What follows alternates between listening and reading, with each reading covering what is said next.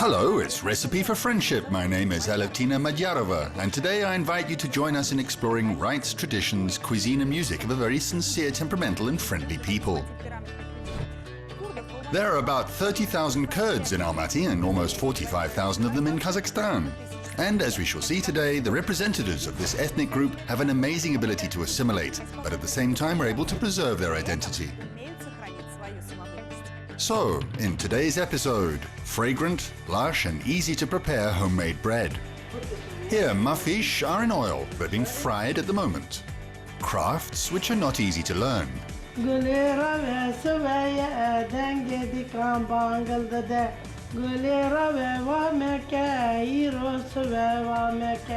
Beautiful ethnic tradition. And of course, awesome dances.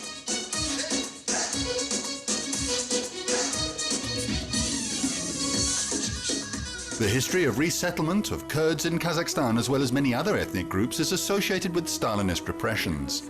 The head of the family who invited us, Bakhar Gadenieva, knows about the hardships of resettlement through the example of her grandmother, grandfather and father, who were children at the time of the resettlement.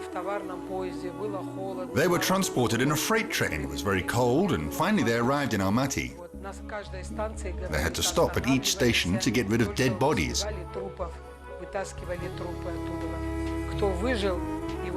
And those who lived arrived at Almaty, and then they were settled in a few local villages. My ancestors went to Kazakhstanski village.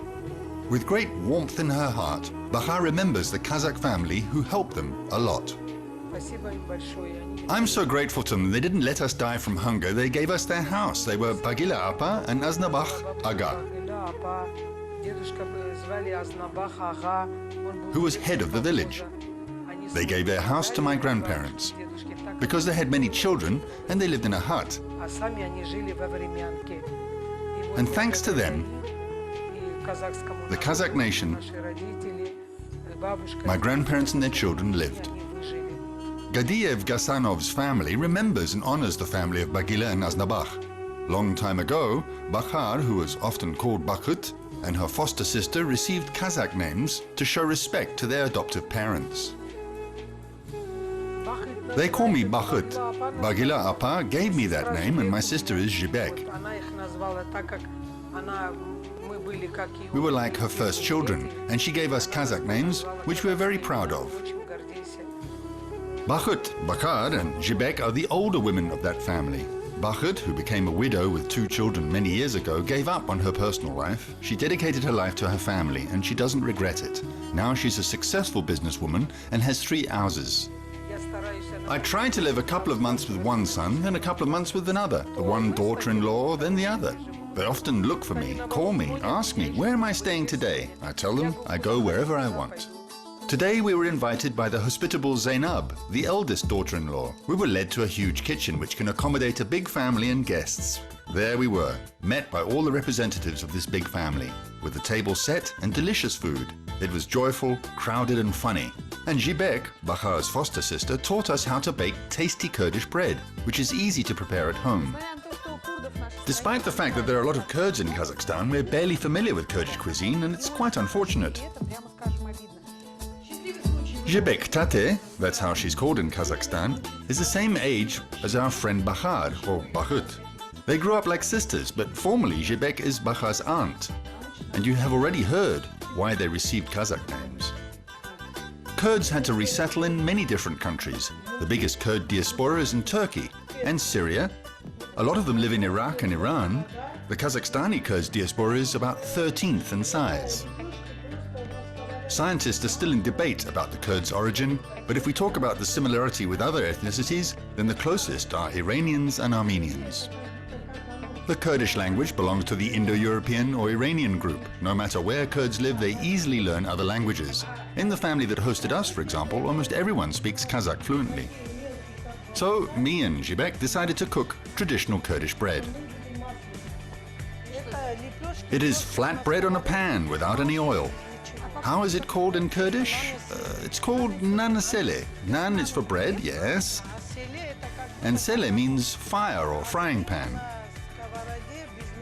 A dry pan? Yes.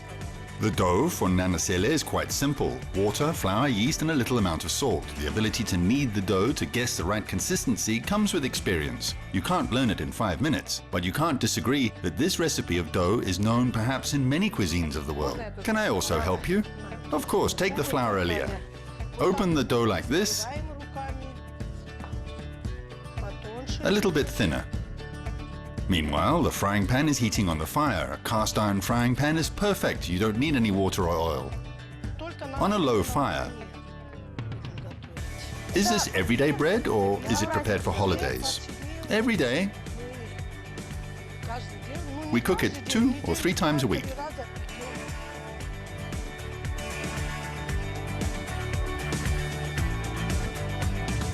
While the nanasele is preparing in a hot pan, Jibek prepares more dough. For a true housewife, it's a natural thing to prepare several dishes at a time.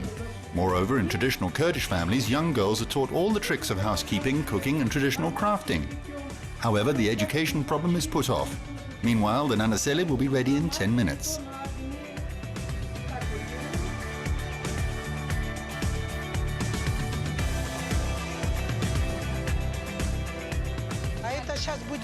Now we'll cut it with a knife and we'll prepare mafishi. Mafishi are made of almost the same light dough but with oil, and they're fried in the oil. If the dough is soft, they become soft, and if it's harsh, they're harsh. Mafishi look like Kazakh barsaks, but their dough doesn't contain any baking powder. The composition is the same: water, flour, yeast. The difference is in the oil, the cutting and frying. Here we fry it, then put it on a tray. Let it cool down a little, and if someone prefers it hot with cheese, cream cheese with herbs, any way you want. There are a lot of types of bread in Kurdish cuisine. Apart from simple dough, pastry without filling and with and without yeast, almost everything is cooked every day. They hardly ever buy bread from the shop. You can add this one. This is how we make kachins. We add nettles. Do I need to boil the nettles in advance? No, just cut them in tiny pieces, as with green onions or as usual greens.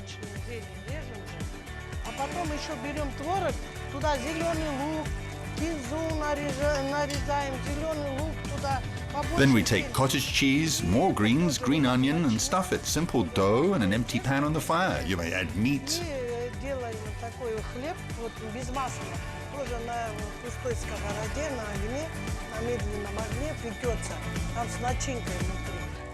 Cottage cheese, potatoes, anything. To say that Kurds are hospitable is an understatement. We were met here as honored guests, but to be fair, wherever we went, whoever we met, did anybody greet us otherwise? Generous land is generous to all.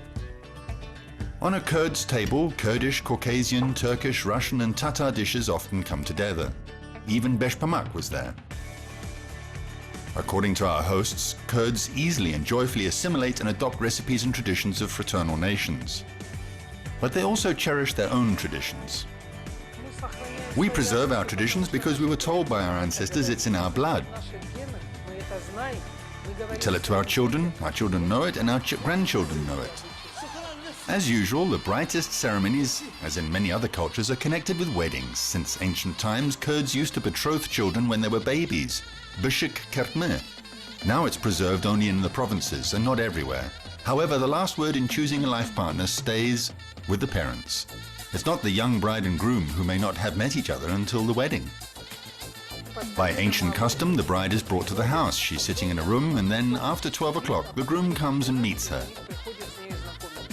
It means that parents come to an agreement. Everything is solved. Nowadays, of course, everything is more liberal. Young people meet each other, get to know each other, and by the moment the groom's parents have come to the bride's house, everything has already been decided.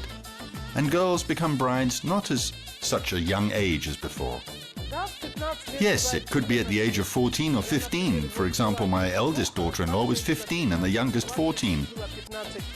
But I don't want my granddaughters to marry at such an age. They're merely children. I worry about them.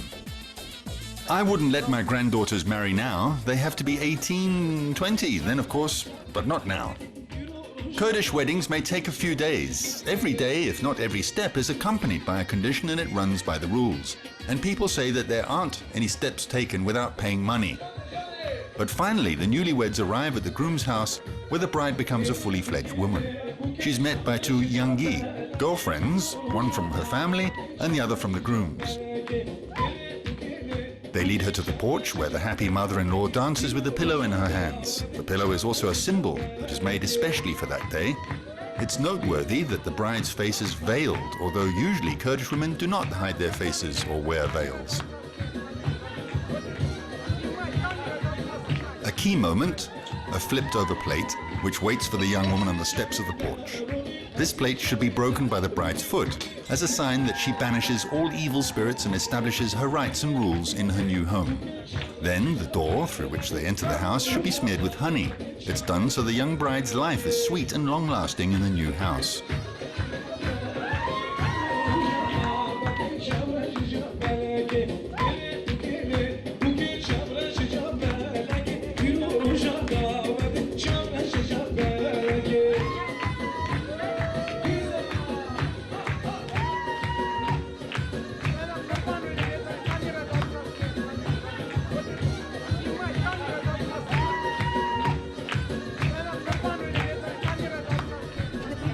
And by the example of the bride, whose dress is smeared with honey after the recent ceremony, is designed to provide a long and sweet life, we can observe a typical Kurdish costume. The base of the costume is a Kurdish coat. A bride should wear a dress. After the wedding, she may wear anything, skirts, blouses, but on the wedding, only a dress. She has to wear a belt. Girls wear leather belts, but not much jewelry. Brides wear a silver belt, which can be decorated with emeralds if they can afford it, but mostly it's silver. Вообще всегда у нас серебро идет украшенное всякими камнями, изумрудами. Ну, по мере возможности украшали свои ремешки, а некоторые могли... Some could afford gold belts. In a Kurdish costume, the belt is the key element. Usually a bride wears a belt when she's leaving her parents' house. According to tradition, her brother should tie the belt on her. Then she arrives at the groom's house and she always wears it. With a belt, a young bride receives blessings for her future life from her father or brother. This belt is like her talisman. She keeps it for all her life and wears it. And now I have a question. If a Kurdish woman always wears a belt, should she keep her waist slim? Yes, waist and posture. Also, she has to remain slim because she moves a lot. Imagine the way of life of Kurdish mountaineers, bringing water, chopping firewood, milking a cow. Cooking for a big family, keeping the house tidy and clean. Although the life of urban women is more comfortable and easy, they still have a lot of work to do. Since you've finished it, you may have fun. And since we're talking about the wedding, there'll be dances.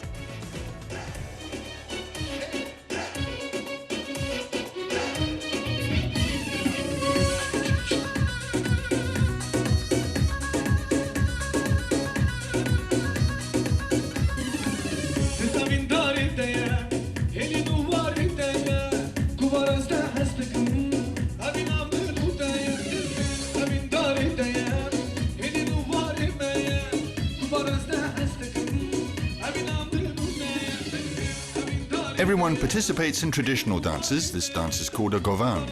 Steps change according to a scheme, and there are a few basic schemes. Anyone can learn the simplest one. As soon as the music starts to play, everyone is in a hurry to join the dancing people.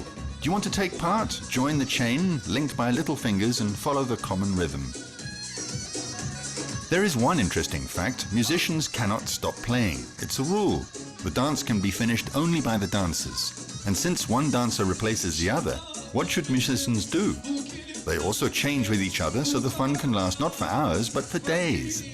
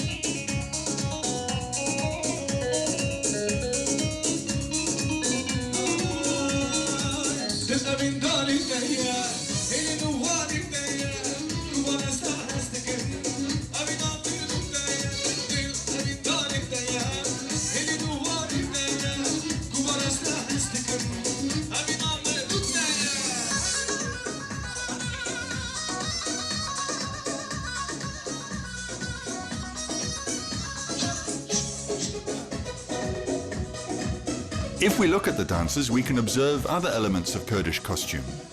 Girls, as it was noted, dressed in a dress with a belt. However, wide trousers are also common for Kurdish women. Faces are open and scarves are tied in a high knot. Elder women wear another scarf on top, and their ends are pointed downwards. Men's clothes are simple and comfortable. A starkani is a cross between a shirt and jacket. The starkani is tucked into the serval, pants, and the pants are tied with a long belt, pshteni. The length of pshteni can reach 3 to 4 meters, and it's tied around the body in clockwise fashion.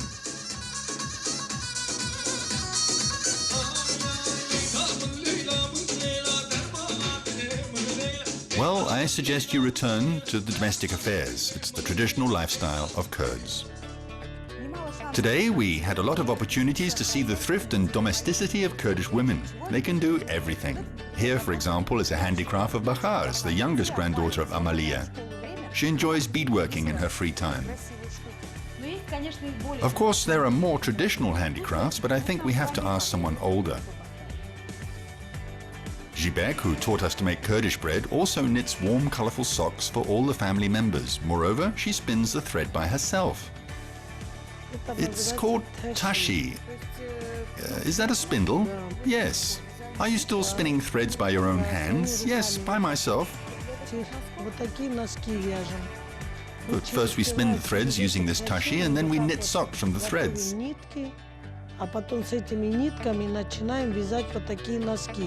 The tashi seemed unusual to me because of the lack of a wheel and pedals. The spindle gains momentum when a woman twists it around her knee, and then she has to form a thread quickly, which is tied around the spindle. It's easy to guess that villagers use wool from their own sheep.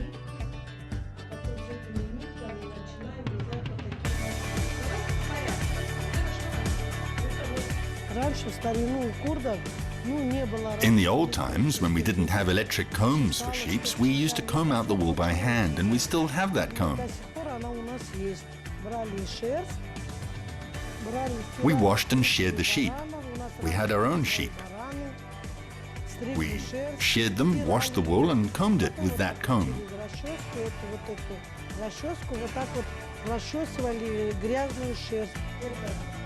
This comb helped to get rid of dirt and tangles, but there were times when there weren't even combs like this. When we didn't have that comb, we used to do it by hand. We slightly opened it and did it step by step. As you have noticed, Kurdish housewives didn't have time to be bored. This wool is used to knit clothes, and also they used to stuff pillows and mattresses with it. Do you sing while you work? Of course we do. For example, while we spin threads.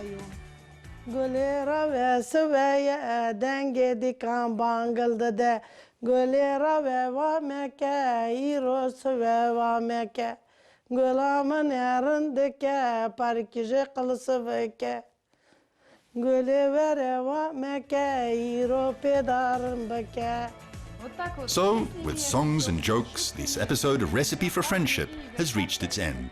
See you in the next episode. My name is Alevtina Madyarova. Goodbye.